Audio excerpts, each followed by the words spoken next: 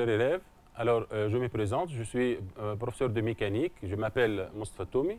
Alors, pour cette séance, je veux vous présenter un cours de génie mécanique destiné pour les classes de 4e année sciences techniques. Alors, ce cours, il est encadré par l'inspecteur de génie mécanique, M. Hadi Tarchoun. Alors, on va commencer par faire un petit rappel sur ce que vous avez vu en 3e année sciences techniques. Alors, vous savez que chaque système technique, au cours de son cycle de vie, il va passer par plusieurs étapes. Alors, la première étape consiste à faire une analyse de besoins. L'étape suivante, on va faire l'étude de faisabilité qui va aboutir à la rédaction du cahier de charges fonctionnel. L'étape suivante, étape 3, dans cette étape-là, on va chercher les solutions techniques qui nous permettent de réaliser ce système. L'étape suivante, alors, les solutions techniques qui ont été choisies, ils doivent être représentées, c'est-à-dire on va définir le système technique qui va aboutir à la rédaction du dossier projet. Donc, l'étape 4, comme vous voyez ici, on va faire la définition du produit qui va aboutir au dossier projet. Alors, un dossier projet, qu'est-ce qu'il doit comporter? Alors, le dossier projet, donc, il doit comporter les dessins d'ensemble. Donc, les techniciens et les ingénieurs de bureau d'études, ils doivent représenter le dessin d'ensemble du système. Et par la suite, ils doivent représenter chaque pièce toute seule, ce qu'on appelle le dessin de définition. Et vous avez vu dans un cours précédent que dans un dessin de définition, on doit faire la cotation, on doit indiquer les tolérances géométriques, les états de surface, etc. Alors, ce qui concerne la cotation, il y a des cotes qu'on doit les calculer à partir d'un calcul qu'on appelle calcul de cotation fonctionnelle, afin de déterminer les dimensions convenables pour les pièces pour assurer le bon fonctionnement. Et ces cotes vont être indiquées, comme vous voyez, sur le dessin de définition. Donc, pour cette séance, on va faire un rappel sur ce que vous avez vu l'année précédente au niveau du cours de cotation fonctionnelle et on va faire des applications. Alors, pour faire un rappel, donc on va faire une activité. Alors, cette activité consiste à faire une liaison d'encastrement en utilisant un boulant. Donc, comme vous voyez ici, on a deux pièces, la pièce 2 et la pièce 3. On dispose d'un boulant formé par une vis à tête cylindrique, à tête hexagonale. Et puis, on a une rondelle plate et un écrou. Vous savez qu'un boulant, il est constitué par une vis et un écrou. Alors, on va faire l'assemblage. Premier cas, donc on a la vis. On va insérer la vis dans la première pièce. Et puis, on va amener la deuxième pièce. On va monter l'écrou et on va amener la rondelle et on va mettre l'écrou. Alors, vous voyez ici qu'il y a un problème au niveau de ce dessin. Vous voyez que la vis, elle n'est pas engagée dans l'écrou. Donc, on constate que l'assemblage n'est pas réalisé car la vis est trop courte. Donc, vous voyez ici, on a un problème de longueur au niveau de la vis. Alors, qu'est-ce qu'on doit faire? On doit utiliser une vis relativement plus longue. Donc, la même chose, le deuxième cas, on va faire le montage. Donc, on a une autre vis, la première pièce, la pièce de repère 3, on va amener la rondelle et l'écrou. Alors, dans cette situation, vous voyez que l'écrou n'est pas totalement engagé dans le filetage. Donc ici, le problème c'est quoi? On constate que l'écrou 5 est à peine engagé dans la vis 1, la vis 1 plutôt, d'où risque de cisaillement du filetage. C'est-à-dire si à l'aide d'une clé j'essaye de serrer l'écrou, donc il va y avoir un risque de cisaillement, l'arrachement du filetage. Donc automatiquement, on ne peut pas adopter cette solution ou cette longueur de vis comme solution. Alors, on va passer à l'étape suivante. Troisième cas, donc on est obligé de choisir une vis un peu plus longue. Donc, comme vous voyez ici, j'ai une vis un peu plus longue. Alors, on va faire le montage. La pièce suivante, on va amener la rondelle et on va serrer l'écrou. Alors ici, vous voyez, le montage il est bien fait. Donc, on va serrer l'écrou, il n'y a pas de problème. Sauf que vous voyez que la vis, elle est relativement longue. Elle dépasse énormément l'écrou. Donc, certainement, cette vis, elle va coûter plus cher. Et elle va présenter un problème probablement pour les autres pièces appartenant au système technique. Et même pour l'utilisateur, ça présente un danger. Donc cette vis, on doit la découper, etc. Donc vous voyez qu'on constate que l'assemblage est réalisé, mais la vis 1 est trop longue, d'où prix de revient élevé et risque de nuire les autres pièces. Donc vous voyez, dans les 3 cas qu'on vient de voir maintenant, il y a un problème. Le problème, c'est quoi? C'est la détermination de la longueur de la vis. Donc à chaque fois, soit la vis elle est trop courte, soit l'écrou elle est à peine engagée dans la vis, soit la vis elle est trop longue. Donc qu'est-ce qu'il faut? Nous devons déterminer la longueur adéquate de cette vis. Alors comment on va faire? Donc la solution c'est quoi? C'est donc pour avoir un bon serrage, pour assurer la liaison d'encastrement entre les 2 pièces, nous devons avoir ici, après l'écrou, une certaine quantité de filetage. Donc vous voyez, lorsqu'on dit on doit avoir une réserve de filetage, donc vous voyez, c'est une condition. Donc cette quantité de filetage qui va dépasser l'écrou, on va l'appeler une cote condition. Et comme vous voyez, c'est elle qui va finalement définir la longueur adéquate pour la vis. Donc la constatation ici, donc on constate que la longueur de la vis 1 dépend de la réserve de filetage adéquate. Donc vous voyez que la cotation fonctionnelle, finalement, elle va nous permettre à chaque fois de déterminer une cote qui appartient à une pièce, qu'on appelle une cote fonctionnelle. Et elle va dépendre d'une condition qu'on doit l'imposer dès le début. Par exemple ici, comme vous voyez, c'est la réserve de filetage. Alors, donc, notre montage, comme vous l'avez vu, comme vous voyez sur l'écran, alors, cette quantité colorée en rouge, ça représente le réserve de filetage qu'on doit le prévoir après l'écrou. Alors, cette quantité, donc le montage adéquat nécessite une réserve de filetage pour le bon serrage de l'écrou. Alors, cette réserve de filetage est une condition pour le bon montage de l'ensemble. Si on n'a pas prévu ça, donc il n'y aura pas un bon montage, comme on a vu dans les 3 premiers cas.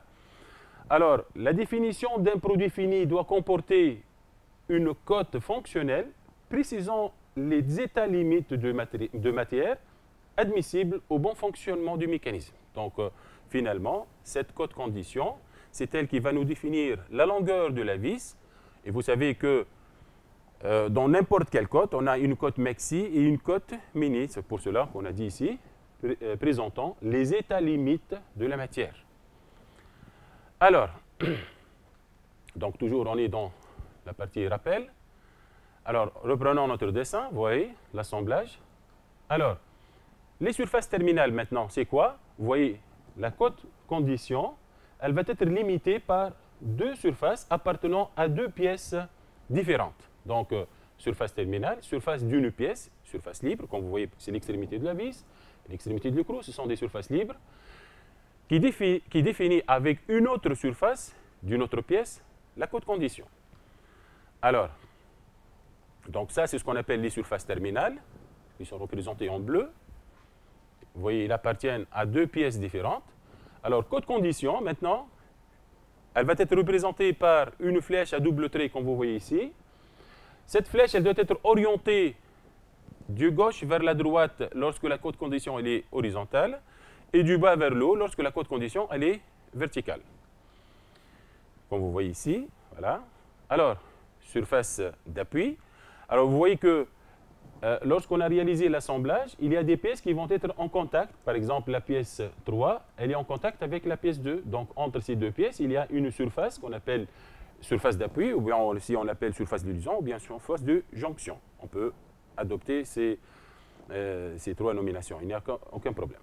Alors, donc, dites aussi surface de liaison ou de jonction, c'est une surface de contact entre 2 pièces participant à l'établissement de la chaîne de cote. Donc, ces surfaces de liaison, qu'on va les représenter ici, vous voyez, on va utiliser ces surfaces de liaison afin de tracer notre chaîne de cote.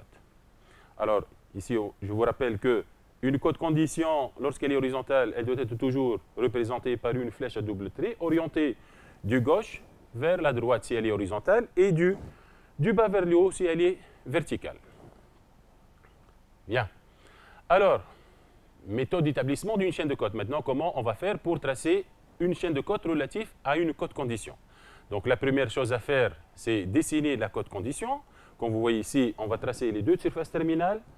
Et puis, on va représenter une flèche à double trait qui représente la code condition. On va nommer cette code condition par une lettre majuscule A, B, C, comme on veut. Alors, identifier les surfaces terminales qui limitent la code condition. Les voilà. Donc, ça, ce sont les surfaces terminales qui sont colorées en rouge. Comme vous voyez, ils appartiennent à deux pièces différentes. Alors, représenter la code condition comme on a fait tout à l'heure sur le dessin, par une flèche à double trait fin, parallèle. Et puis, orienter le vecteur code condition, comme on a dit tout à l'heure, du gauche vers la droite, puisque la code condition elle est horizontale. Et finalement, on va nommer la code condition. On va attribuer à cette flèche un nom, A, B, comme on veut. Alors, méthode d'établissement d'une chaîne de code. Donc, représenter les surfaces terminales et les surfaces de liaison. Alors, il faut faire attention, puisque la code condition elle est horizontale. Donc, les surfaces terminales et les surfaces de liaison doivent être perpendiculaires à la code condition. Alors, puisque notre code condition est horizontale, toutes les surfaces, que ce soit de terminal ou bien de liaison, elles doivent être perpendiculaires à la code condition. C'est-à-dire, on va représenter des traits verticaux. Alors, l'étape suivante, pour commencer à tracer une chaîne de code, toujours le point de départ, c'est l'origine. Donc, on va partir de l'origine de la code condition, c'est-à-dire la surface terminale T5, c'est-à-dire la surface terminale appartenant à la pièce 5. Donc, qu'est-ce qu'on va faire maintenant? Coter la première pièce. Donc, on va partir de l'origine et on va coter la première pièce qui est la pièce repère 5. Alors, le point de départ est l'origine du vecteur code condition. Cette origine touche notre première pièce. Coter cette première pièce jusqu'à la surface de liaison en contact avec une autre pièce. Donc ici, comme vous voyez, on a l'écrou, il prend appui sur la rondelle. Donc, c'est la surface de liaison 5 sur 4. Alors, voilà.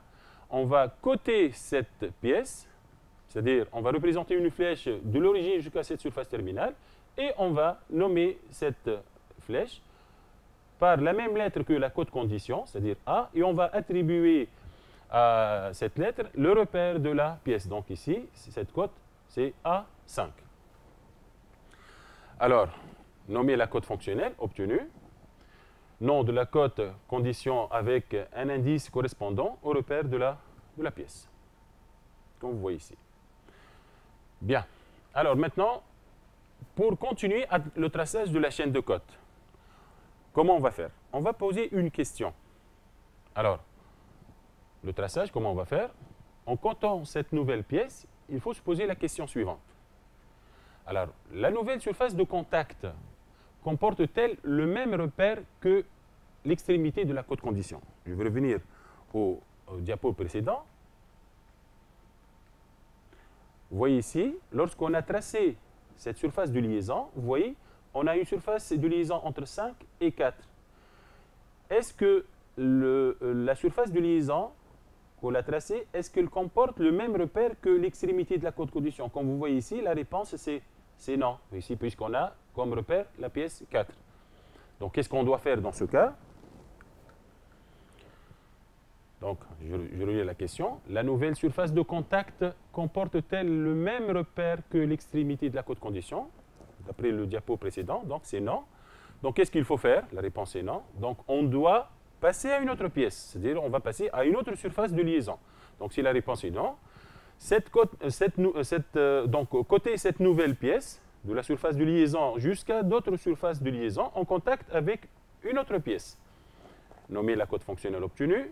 Et on va reposer la même question. C'est-à-dire, si on n'a pas le même repère que l'extrémité de la code condition, on va continuer à chercher une autre surface de liaison, etc. Maintenant, si la réponse est oui, c'est-à-dire on a un repère qui correspond au niveau de la surface de liaison, qui correspond à l'extrémité de la code condition. Dans ce cas, on a terminé la chaîne. Alors, coter cette nouvelle pièce de surface de liaison jusqu'à la surface terminale correspondante à l'extrémité de la code condition.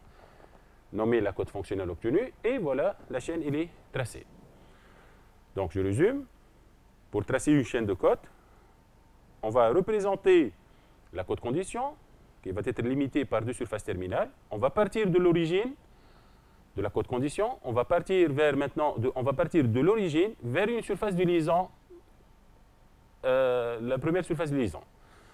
On va poser la question, est-ce que cette surface de liaison, elle comporte le même repère que l'extrémité? Sinon, donc, on va continuer à tracer la chaîne de cote, on va passer à une autre surface de liaison. Si oui, donc on va fermer directement, on va revenir à l'extrémité de la cote condition et la chaîne est terminée. Donc, on va reprendre notre exemple de la liaison de castrement réalisée par un boulon. Donc, on va essayer de tracer la chaîne de cote en totalité. Donc, on va commencer par représenter les surfaces terminales, la surface 1, la surface 2 appartenant à l'écrou 5. On représente la cote condition, on va nommer la cote condition A. On va partir de l'origine T5 vers la surface liaison entre 5 et 4. On va coter cette pièce, on va attribuer un nom à cette cote, c'est la cote A5. Et puis, vous voyez, on n'a pas le même repère que l'extrémité de la cote condition, donc on va passer à une autre surface liaison, c'est-à-dire on va chercher la surface d'appui entre 4 avec une autre pièce. Donc, vous voyez, elle prend appui sur la pièce 3. Voilà, on va coter cette pièce, donc on va lui attribuer comme désignation A4. Comme vous voyez ici, on n'a pas le même repère que 1, donc on va passer à l'autre surface de liaison, L3 sur 2. On va coter cette pièce, c'est la pièce A3, la cote A3.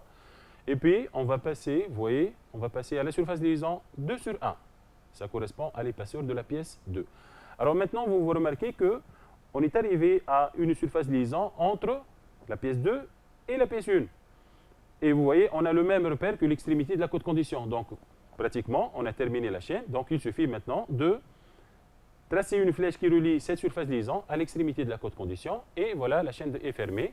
Et ça correspond à la longueur de la vis. Et c'est la cote A1. Et voilà, notre chaîne de cote est tracée. Alors, une fois on a tracé la chaîne de cote, on va essayer. Tout à l'heure, j'ai dit que notre problème, c'est de déterminer la longueur de la vis, la longueur adéquate de la vis. Donc, cette chaîne de cote, elle va nous permettre de faire un calcul afin de déterminer la longueur de cette vis. Alors, on va commencer à écrire nos équations. Alors, la première équation, on va écrire l'équation relative à la cote nominale de la cote condition. Alors, A est égal à quoi ici? C'est égal à A1 moins A5 moins A4 moins A3 moins A2. Alors, comment j'ai écrit cette équation? Regardez, vous savez, vous avez vu déjà ça en troisième année, il y a une règle à appliquer. Alors, qu'est-ce qu'elle dit cette règle? Il faut que toute flèche dans le même sens, au niveau des cotes fonctionnelles, toute flèche dans le même sens que la cote condition, elle va être cotée positive, et toute flèche dans le sens contraire, elle va être négative. Donc, ce qui va nous donner cette équation. Donc, puisque A1 elle est dans le même sens que A, donc elle va être positive. Les autres cotes fonctionnelles, ils sont négatifs puisqu'ils sont dans l'autre sens. Et vous savez que chaque cote, elle est munie d'une tolérance, c'est-à-dire on a une cote maxi et une cote mini. La même chose pour la cote condition. Donc on a une cote maxi pour la cote condition qui va nous donner l'équation suivante. A maxi, ça sera A1 maxi moins A5 maxi moins A4 mini, A1 maxi moins A5 mini moins A4 mini moins A3 mini moins A2 mini. La même chose ici, vous remarquez ici que toute flèche dans le même sens que la cote condition, elle va être positive et maxi, et toute flèche dans le sens contraire, elle va être, comme vous voyez, négatif et mini. Alors, l'équation suivante, l'équation relative à la cote condition minimale. Alors, toute flèche dans le même sens, elle va être positive et minimale, et toute flèche dans l'autre sens, elle va être négative et maximale, ce qui va nous donner l'équation suivante. A mini est égal à A1 mini moins A5 maxi moins A4 maxi moins A3 maxi moins A2 maxi. Donc, vous voyez qu'à l'aide de cette chaîne de cotes, on a pu écrire trois équations. L'équation de la cote nominale, l'équation relative à la cote condition maximale et l'équation relative à la cote condition minimale. Bien. Alors, je vous rappelle aussi que l'intervalle de tolérance de la cote condition est égal à la somme des intervalles de tolérance des cotes fonctionnelles. Donc, règle à retenir pour tracer une chaîne de cotes. Les cotes sont positives dans le sens du vecteur cote condition et négative dans le sens opposé. Il n'y a qu'une seule cote par pièce. Vous avez remarqué tout à l'heure qu'à chaque fois, on a un seul repère. C'est-à-dire pour que la chaîne soit minimale. Une cote fonctionnelle relie toujours deux surfaces d'une même pièce, c'est-à-dire lorsqu'on va partir d'une surface de liaison vers une autre, on va coter une pièce. Alors, l'orientation du premier vecteur est confondue, l'origine du premier vecteur est confondue avec l'origine du vecteur cote condition. L'extrémité du dernier vecteur est confondue avec l'extrémité de la cote condition. La cote condition est maximale si les cotes positives, c'est-à-dire dans le même sens, sont maximales, et les cotes négatives, sens composé, sont minimales.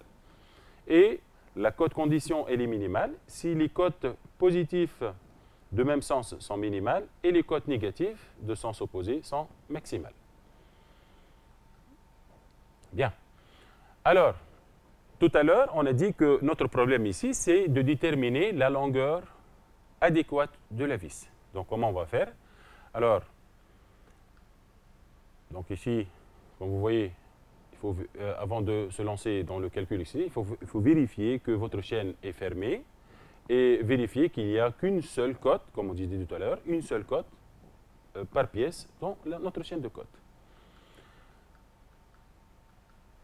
Alors, le calcul, alors, qu'est-ce qu'on va faire? Ici, on donne les cotes tolérancées des pièces 2, 3, 4 et 5 et la valeur de la cote condition, elle est supérieure à 3,4, inférieure à 4,6. Alors, on demande de calculer la cote fonctionnelle relative à la longueur de la vis 1. Donc, vous voyez, on vous donne ici les cotes fonctionnelles des différentes pièces, de l'écrou, de la rondelle, de la pièce 3 et de la pièce 2. Et qu'est-ce qu'on cherche? On cherche la longueur de la vis. Alors, tout à l'heure, on a déterminé les équations relatives à la cote condition, A maxi et A mini. Alors, c'est à partir de ces deux équations qu'on va déterminer le A1 maxi et le A1 mini.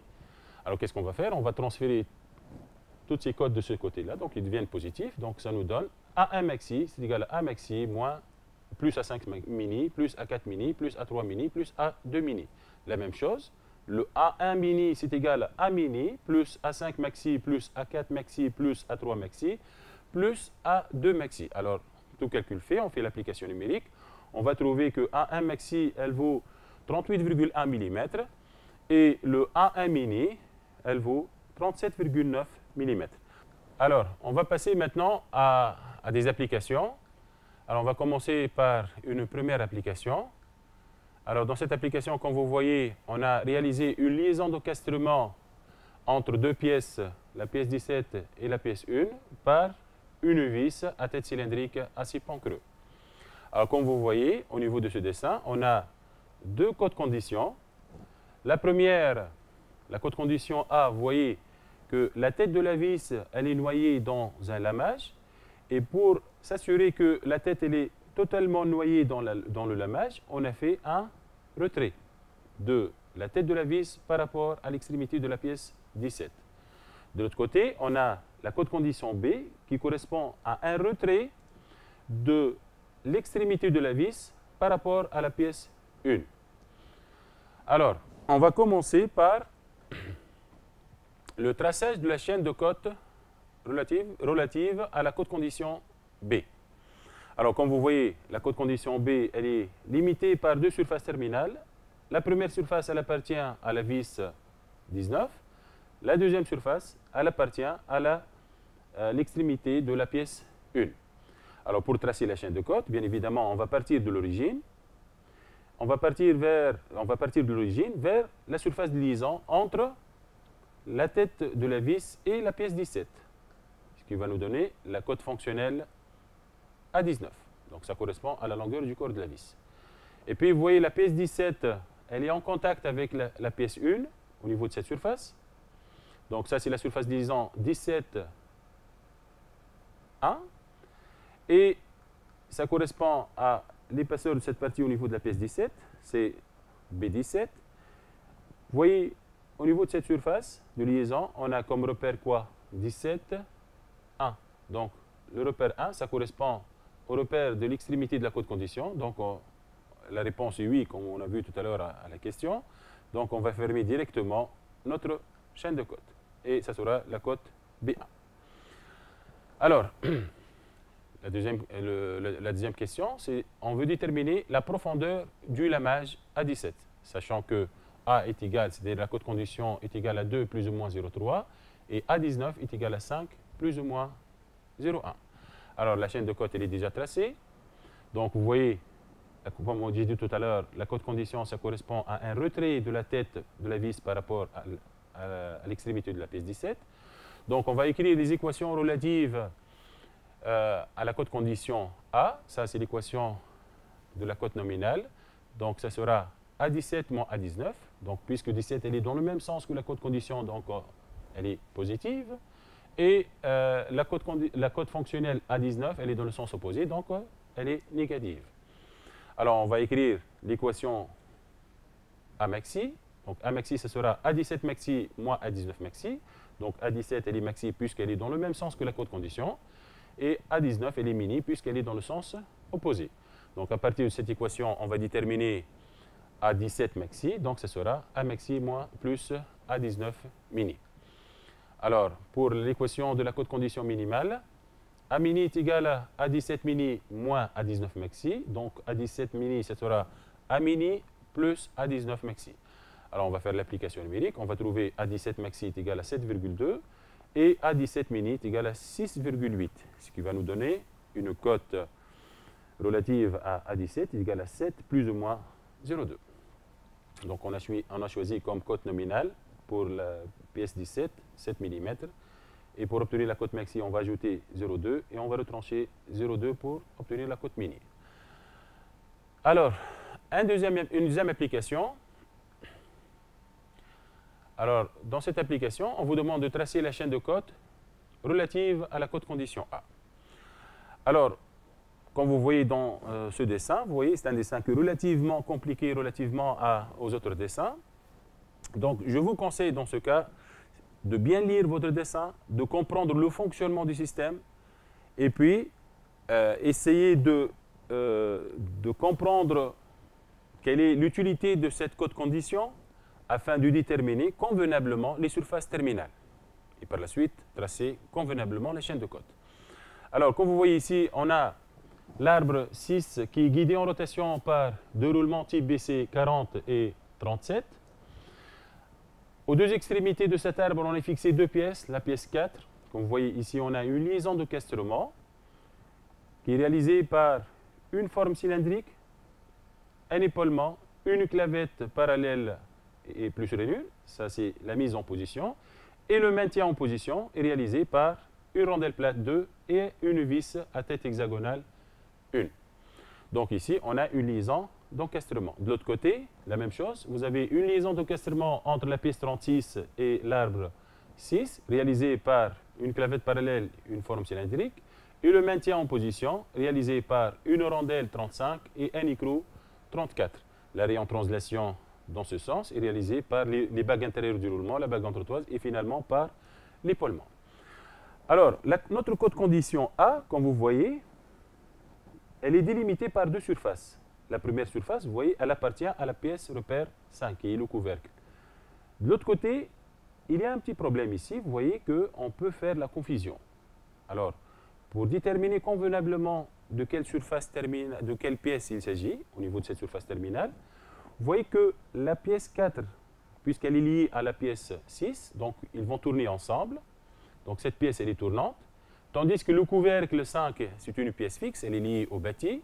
Donc, au cours du fonctionnement, ces deux pièces, ils ne doivent pas être en contact. Alors, pour assurer cette condition, vous voyez ici, la pièce 4, elle prend appui sur cet épaulement. Alors, cet épaulement doit dépasser un tout petit peu le couvercle, de telle sorte, lorsqu'on va monter la pièce 4, cette dernière, elle va prendre appui sur cet épaulement et elle ne va pas toucher à la pièce 5. Donc, finalement, on a fait un dépassement ici, de qui?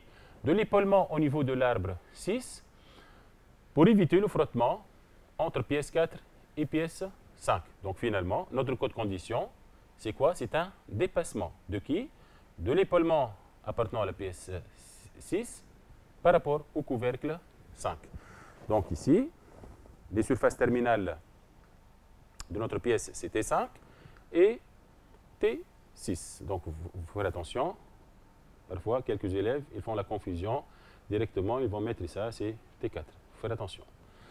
Alors, pour tracer cette chaîne de code, bien sûr, on va partir, comme d'habitude, de l'origine, c'est-à-dire de T6, et on va essayer de revenir à l'extrémité en passant par des différentes surfaces de liaison.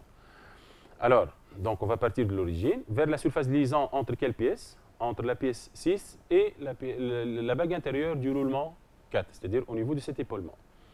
Et puis, comme vous voyez, le roulement, il prend appui sur la bague entretoise 39. Ça correspond à la cote, à l'épaisseur du roulement 40, c'est la cote A40. Puis, la bague entretoise, elle prend appui sur la bague intérieure du roulement 37. Donc, cette cote fonctionnelle, elle correspond à l'épaisseur de la bague entretoise. Et comme vous voyez maintenant, notre roulement, il prend appui au niveau du bâti, au niveau de l'épaulement ici, au niveau de la bague extérieure. Donc, on va passer à la surface de liaison entre 37 et 38. Alors, ici, on est arrivé à une surface de liaison entre le roulement 37 et le bâti 38. Et comme vous voyez, le bâti 38, il a une surface de liaison avec le couvercle 5 à ce niveau-là. Donc, de cette surface de liaison, on va revenir à la surface de liaison entre 38 et 5. Et au niveau de cette surface, c'est une surface de liaison entre 38 et 5. Vous voyez qu'on est arrivé à une surface de liaison où il y a le même repère que la cote, l'extrémité de la cote condition. Donc on va fermer directement notre chaîne de cote. Voilà, et on va revenir à l'extrémité de la cote condition. Et ce sera la cote A5. Bien, donc on a terminé le traçage de cette chaîne de cote. Alors, on va profiter de ce dessin pour voir d'autres cas de code condition. Donc ici, vous voyez que notre code condition, c'est un dépassement. Vous voyez ici, pour assurer le bon serrage de l'écrou, on a prévu, comme on a vu tout à l'heure, une réserve de filetage. Donc ça, c'est une code condition, c'est une réserve de filetage, c'est un dépassement de l'extrémité de l'arbre par rapport à l'écrou. Ici, comme vous voyez, pour assurer le bon serrage de la vis, il faut prévoir une réserve de taraudage. Donc ça, c'est une code condition entre l'extrémité de la vis et la fin du taraudage au niveau de l'arbre 6. Aussi, on a une autre code condition, comme vous voyez ici, c'est l'espace qui reste entre la rondelle et l'extrémité de l'arbre. Alors ici, pour qu'on puisse assurer le maintien en position par la rondelle et la vis, il faut que la rondelle prenne appui sur la pièce 4, ce qui fait l'extrémité de l'arbre doit être en retrait. Donc cette code condition, c'est quoi? C'est le retrait de l'extrémité de l'arbre par rapport à la pièce 4. Donc vous voyez dans ce dessin, on a pas mal de codes conditions à respecter. C'est-à-dire, par la suite, lorsqu'on va faire le dessin de définition de notre arbre 6, on doit extraire de toutes les chaînes de code qui doivent être tracées les codes fonctionnels qui correspondent aux différentes codes conditions qui sont représentés dans ce dessin. Voilà. Alors, on va passer à un autre exemple maintenant. Alors, comme je vous ai dit tout à l'heure, il faut commencer par lire ce dessin afin de comprendre le fonctionnement et de comprendre l'utilité des codes conditions qui ont été imposés pour pouvoir déterminer convenablement les surfaces terminales et de la réussite du traçage des chaînes de code. Alors, comme vous voyez ici, on a un arbre, c'est la pièce repère 11, qui va être guidé par deux roulements. Bon, le dessin, c'est la suite qui manque du dessin.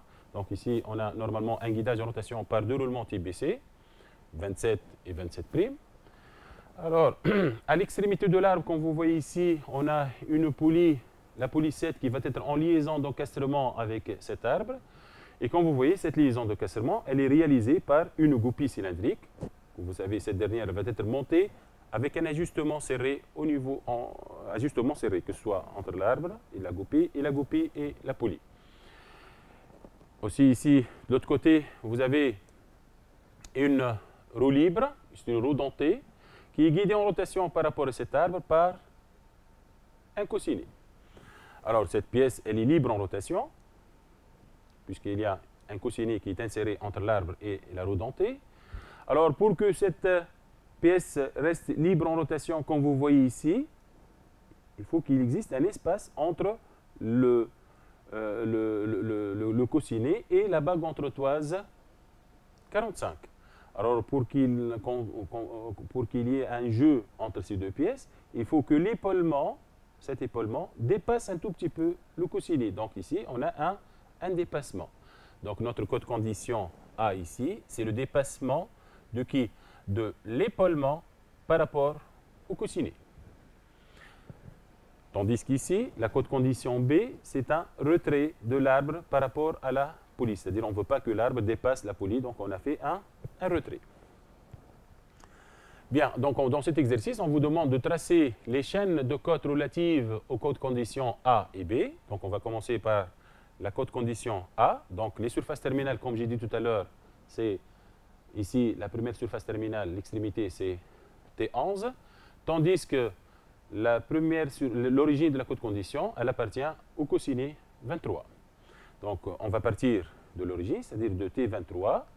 On va partir vers, vous voyez que le cosiné, il prend appui sur l'épaulement au niveau de l'arbre 11.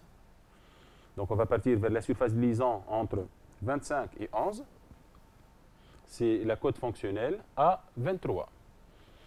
Et puis, comme vous voyez ici, on est arrivé à une surface de liaison où il y a le même repère que l'extrémité de la cote condition. Donc directement, on va lier cette surface de liaison à la surface terminale. Et ça correspond à une cote au niveau de la pièce 11, c'est-à-dire la distance entre le premier épaulement et le deuxième. Et voilà, notre chaîne de cotes, elle est achevée. Alors, pour la deuxième cote condition, comme vous voyez, cette surface terminale, c'est une surface qui appartient à la poulie 7, tandis que la deuxième, elle appartient à l'extrémité de l'arbre 11. Donc, pour tracer cette chaîne de cotes, on va partir de l'origine, c'est-à-dire T11, et on va essayer de chercher une surface de liaison. Alors, vous voyez que la goupille, elle est montée serrée dans l'arbre. Alors, puisque cette goupille elle est montée serrée, c'est-à-dire l'axe de la goupille ainsi que l'axe du trou réalisé dans l'arbre 11 et l'axe du trou réalisé dans la pièce 7, ils vont être coaxiaux, puisque la goupille elle est montée serrée. Donc, les trois axes, ils vont être confondus. Alors, l'axe de la goupille, on va l'appeler plan de jauge. Et ce plan de jauge, il sera la surface de liaison entre la pièce 11 et la goupille 9, et c'est la surface de liaison aussi entre la goupille 9 et la poulie, l'axe de la goupille, l'axe du trou réalisé dans la goupille 7. Donc finalement, l'axe de la goupille, on va le prendre, c'est-à-dire le plan de jauge, comme étant la surface de liaison entre la pièce 11 et la pièce 7. Donc pour tracer cette chaîne de cotes, on va partir de l'origine vers cette surface de liaison entre 11 et 7. Et puis, vous voyez, on est arrivé à une surface où il y a le repère 7 qui correspond à l'extrémité de la cote condition. Donc, directement, on va revenir à l'extrémité de cette cote condition et ce sera la cote A7. Voilà, donc pour cet exercice, vous voyez, tracer une chaîne de cotes, il faut être méthodique. Il faut bien déterminer les surfaces terminales. Pour déterminer ces surfaces terminales, il faut comprendre le fonctionnement du système. Il faut bien lire votre dessin. Une fois que vous avez déterminé les surfaces terminales, il suffit d'appliquer les règles, partir de l'origine, essayer de revenir à l'extrémité en passant par les surfaces de liaison. Vous voyez, ce n'est pas une chose très difficile. Alors, une autre application, on a un autre dessin. Vous voyez ici, on a réalisé une liaison d'encastrement entre l'arbre 5 et la poulie 12 en utilisant un contact de forme conique, une clavette, ça c'est pour la mise en position. Le maintien en position est réalisé par une rondelle et un écrou.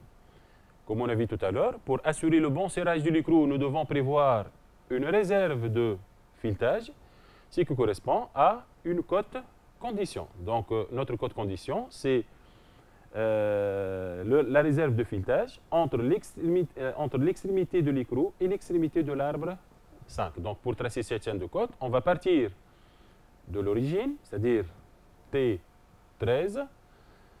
On va partir vers la surface de liaison entre l'écrou et la rondelle 14. De la rondelle 14, on va partir vers la surface de liaison avec la poulie 12. Maintenant, la poulie 12, comme vous voyez, elle est en contact avec l'arbre au niveau de cette forme conique. Alors, dans ce cas-là, qu'est-ce qu'on va prendre comme surface de liaison?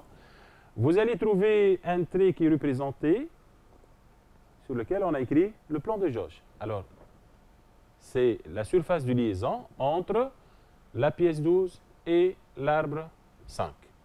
Donc, du contact de la surface de liaison entre la rondelle 14 et la poulie 12, on va partir vers le plan de jauge. Le plan de jauge, c'est la surface de liaison entre 12 et 5. Voilà, on est arrivé à la pièce repère 5, donc on ferme directement notre chaîne de cote.